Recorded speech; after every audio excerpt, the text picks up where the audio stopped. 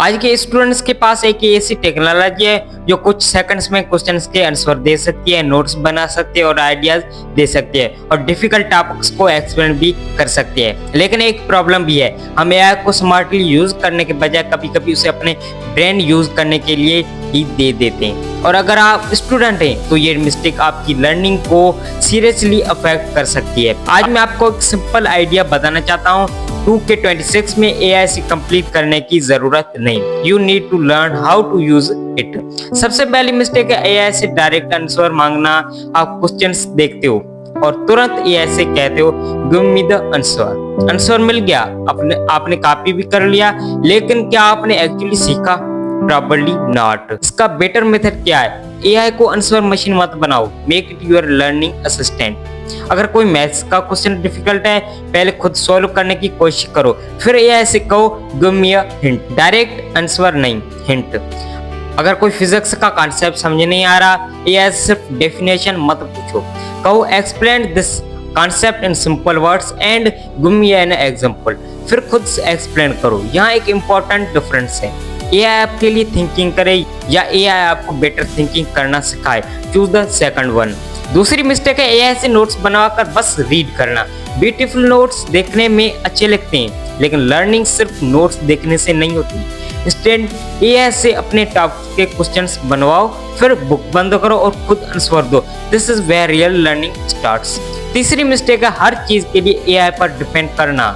ऐसे चाहिए AI, answer चाहिए एआई, आइडियाज चाहिए, एक्सप्लेन चाहिए एआई। धीरे धीरे आपका ब्रेन डिफिकल्ट प्रॉब्लम से बचने लगता है और स्टूडेंट के लिए ये डेंजरस हैबिट है, because difficulty is part of learn. AI के बेस्ट यूज ये नहीं है कि आपको काम खत्म कर दे, बेस्ट यूज ये है कि वो आपको अपना काम बेटर करने में हेल्प करे। फॉर एग्जाम्पल, आप इंग्लिश इंप्रूव कर रहे हो, एआई से पूरा पैराग्राफ लिखवाने के बजाय खुद पैराग्राफ लिखो, फिर एआई से पूछो correct my grammar and explain my mistakes.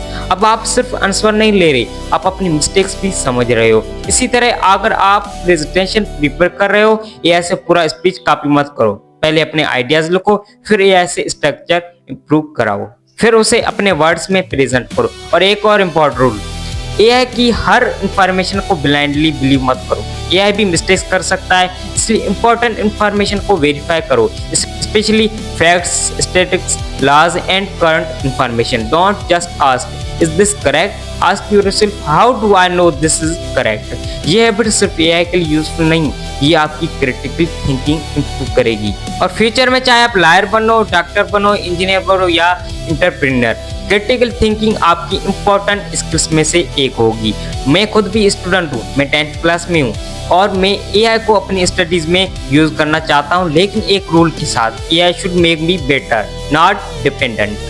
अगर एआई मुझे डिफिकल्ट कॉन्सेप्ट समझाता है, गुड। अगर एआई मेरी मिस्टेक्स एक्सप्लेन करता है, गुड। अगर एआई मुझे प्रैक्टिस क्वेश्चंस देता है तो गुड। लेकिन अगर मैं बिना सोचे हर आंसर कॉपी करता रहूंगा तो then I am not learning. Remember this, Don't use AI to avoid thinking, use AI to improve your thinking। 2K26 में एडवांटेज उस स्टूडेंट के पास नहीं होगा जो AI से सबसे ज्यादा आंसर्स लेता हो, एडवांटेज उस स्टूडेंट के पास होगा जो AI को सबसे इंटेलिजेंटली यूज करता हो। सो नेक्स्ट टाइम जब आप AI ओपन करो, डायरेक्ट आंसर मत मांगो, पहले खुद सोचो, खुद अटेम्प्ट करो, फिर AI से हेल्प लो, क्वेश्चंस पूछो, एक्सप्लेनेशंस मांगो, हिंट्स लो, अपनी मिस्टेक्स समझो और फिर जो सीखा है उसे अपने वर्ड्स में एक्सप्लेन करो। Because the goal is not to become good at asking AI for answers, the goal is to become good at finding answers yourself. AI आपका रिप्लेसमेंट नहीं होना चाहिए, it should be your tool, your assistant, your learning partner, but the brain should still be yours. मैं हूं कैलाश और मैं भी AI के साथ सीख रहा हूं, लेकिन मेरा गोल सिंपल है, टेक्नोलॉजी को यूज करना, टेक्नोलॉजी पर डिपेंड नहीं होना। This is the advocate in making. अगर आप भी स्मार्टर स्टडी करना चाहते हो तो चैनल को सब्सक्राइब करो और याद रखो, don't let AI do the thinking for you, let AI help you thinking better. Thank you so much for watching, I will see you in the next episode.